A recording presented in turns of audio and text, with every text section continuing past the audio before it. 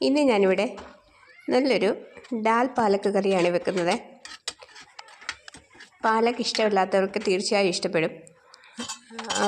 പാലക്കിൻ്റെ taste ഇതിനകത്ത് വരില്ല, പക്ഷേ പാലക്കിൻ്റെ ഗുണം തീർച്ചയായിട്ടും വരും. അതിനായിട്ട് ഞാനിവിടെ പരിപ്പ് നല്ലോണം വേവിച്ചെടുത്തിട്ടുണ്ട്. ഇതുപോലെ അധികം വെന്ത് പോകാതെ ഈ ഒരു രീതിയിൽ കുക്കറിനകത്ത് ഉപ്പും മഞ്ഞളും ഒക്കെ ചേർത്ത് വേവിച്ചെടുത്തു. ഇനി നമുക്കടുത്തത് മെയിനായിട്ട് വേണ്ടത് പാലക്കാണ്. അതുകൊണ്ട് ഞാൻ പാലക്കും കുറച്ച് നുള്ളി എടുക്കുന്നുണ്ട്. പാലക്ക് നുള്ളിയെടുത്ത് നല്ലവണ്ണം കഴുകി ചെറുതായിട്ട് അരിഞ്ഞു വെക്കണം.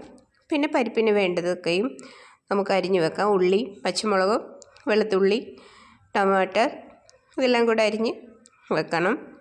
ഇനി നമുക്കിതെങ്ങനെയാണ് കറി വെക്കുന്നത് നോക്കാം.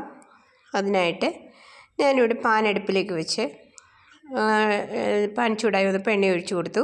അതിനുശേഷം എണ്ണ ചൂടായി വരുമ്പോൾ കടുക് ഇട്ട് കൊടുക്കുക. പിന്നെ ജീരകം ചേർത്ത് കൊടുക്കുക. കടുകും ജീരകവും പൊട്ടി കഴിയുമ്പം ചെറുതായി അരിഞ്ഞു വെച്ച ഉള്ളി ചേർത്ത് കൊടുക്കുക. ഞാനിവിടെ സവാള ഉള്ളിയാണ് ചേർത്തത്. ഉള്ളി ഒന്ന് വഴന്നു വരുമ്പം അതിലേക്ക് നമുക്ക് അരിഞ്ഞു വെച്ച ബാക്കി ചേരുവകൾ കൂടി ചേർത്ത് കൊടുക്കണം.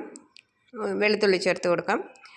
പിന്നെ അതിനോടൊപ്പം പിന്നെ പച്ചമുളക് കൂടി ചെറുതായി അരിഞ്ഞ് ചേർത്ത് കൊടുക്കാം. ഇതിന് വലിയ എരിവൊന്നും വേണ്ട. അതുകൊണ്ട് നിങ്ങൾക്ക് ആവശ്യത്തിനനുസരിച്ച് പച്ചമുളക് ഏത് ഷേപ്പിൽ വേണമെങ്കിലും അരിഞ്ഞ് ചേർക്കാം. ഞാനിവിടെ ഇതുപോലെ ചെറുതായി അരിഞ്ഞാണ് ചേർത്തിരിക്കുന്നത്. അതിൻ്റെ കൂടെ തന്നെ ഇനിയും തക്കാളിക്ക കൂടെ ചെറുതായി അരിഞ്ഞ് ചേർത്ത് നല്ലവണ്ണം ഒന്ന് വഴറ്റിയെടുക്കണം. ആദ്യം നമ്മൾ പരിപ്പ് വേവിച്ചപ്പം ഉപ്പ് മഞ്ഞളും ചേർത്തത് കൊണ്ട് ഇതിനകത്ത് ഞാൻ ഉപ്പും മഞ്ഞളും ചേർക്കുന്നില്ല. കാരണം ആവശ്യത്തിലധികം ഉപ്പ് ചേർത്തിട്ടുണ്ട് അത് പരിപ്പ് വേകാനുള്ള. പിന്നെ അല്ലെങ്കിൽ കറി വെച്ച് കഴിയുമ്പം ഉപ്പ് നോക്കിയിട്ട് മാത്രം ഉപ്പ് ചേർത്ത് കൊടുത്താൽ മതി.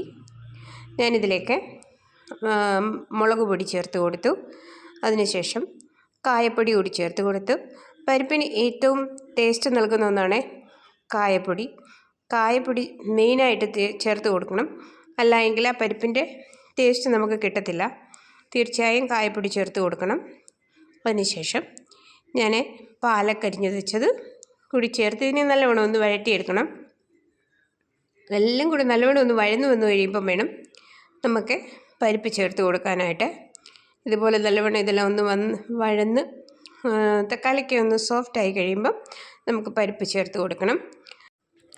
പിന്നെ നിങ്ങൾ ഈ ചാനൽ ആദ്യമായിട്ടാണ് കാണുന്നതെങ്കിൽ സബ്സ്ക്രൈബ് ചെയ്യണം, സപ്പോർട്ട് ചെയ്യണം. കൂടെ തന്നെ അഭിപ്രായങ്ങളും അറിയിക്കുക. പിന്നെ ഇതുപോലെ ചെറിയ വീഡിയോ ഒക്കെ ആയിട്ട് ഞാൻ വരുന്നതായിരിക്കും. ഇതുപോലെ ഇനി പരിപ്പ് ചേർത്ത് കൊടുത്ത് അതിനി നല്ലവണ്ണം തിളപ്പിച്ചെടുക്കണം. അടച്ച് വെക്കേണ്ട ആവശ്യമില്ല. ഇങ്ങനെ തുറന്ന് വെച്ച് തന്നെ തുടർച്ചയായിട്ടൊന്ന് ഇളക്കി കൊടുത്തുകൊണ്ടിരിക്കണം. കാരണം ഇത് അടി പറ്റാതെ സൂക്ഷിക്കുക.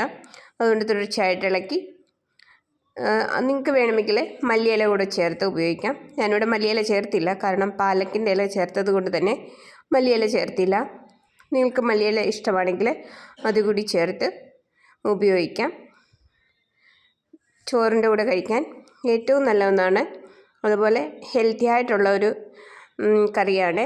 കാരണം പാലക്ക്, പരിപ്പ് എന്നിവ ചേർത്തതായതുകൊണ്ട് തീർച്ചയായിട്ടും നിങ്ങൾ ഉണ്ടാക്കി നോക്കുക.